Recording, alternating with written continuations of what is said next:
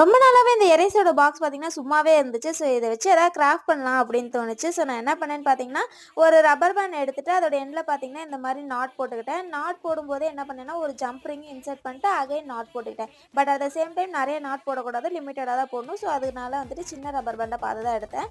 அதுக்கப்புறம் வந்துட்டு ஒரு கலர் ஷீட் எடுத்துட்டு, அதே பாக்ஸ் வந்துட்டு ட்ரேஸ் பண்ணிட்டு அதோட சைஸ் எல்லாம் அப்படியே கட் பண்ணிக்கிட்டேன். அதில பார்த்தீங்கன்னா, நான் இங்க 2 ஷீட்டா கட் பண்ணியிருக்கேன். ஃப்ரண்ட் அண்ட் பேக் அப்படியே பேஸ்ட் பண்ற மாரி. ஸோ பேஸ்ட் பண்ணுறதுக்கு முன்னாடி இது இப்படியே ஒட்டினா காலியாக இருக்குமே அப்படின்னு தோணுச்சு.